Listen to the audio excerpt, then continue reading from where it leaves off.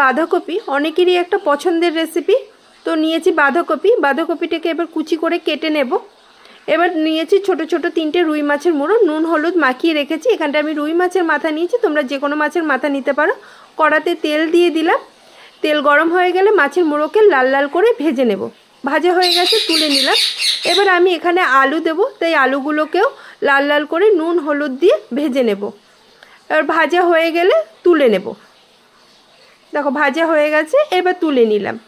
এবার ওই তেলের মধ্যে শুকনো লঙ্কা, জিরে আর তেজপাতা দিয়ে দেব। একটু নাড়িয়ে চাড়িয়ে পেঁয়াজ কুচি আর লঙ্কা কুচি দিয়ে ভালো করে লাল লাল করে ভেজে নেব।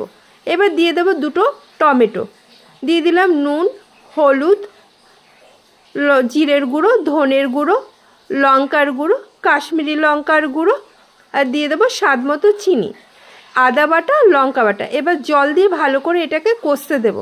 টমেটো গলে যাবে এবং তেলও ছাড়বে। দেখো এই অবস্থায় দিয়ে দেব কড়াইশুঁটি, আলু ভাজা, মুড়ো। এইগুলোকে একসাথে 5 মিনিট ভালো করে কষিয়ে নেব। কষানো হয়ে গেলে এবার দিয়ে দেব কেটে রাখা বাঁধাকপি।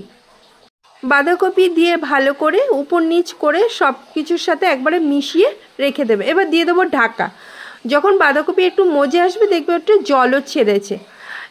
এই অবস্থায় ভালো করে নাড়িয়ে চাড়িয়ে পরিমাণ মতো একটু জল দিয়ে দিতে হবে, যাতে বাঁধাকপিটাও সিদ্ধ হয়, আলুটাও সিদ্ধ হয়। এবার মাঝারি আঁচে এটাকে হতে দেব। মাঝে মাঝে একটু নাড়িয়ে দিতে হবে। তেল ছাড়া অবস্থা পর্যন্ত ভালো করে কষিয়ে নিয়ে শুকনো হয়ে এলে উপর দিয়ে দিতে হবে গরম মশলা, কসুরি মেথি আর 1 চামচ ঘি। ভালো করে মিশিয়ে নিয়ে একটু নাড়িয়ে চাড়িয়ে এবার পরিবেশনের পালা।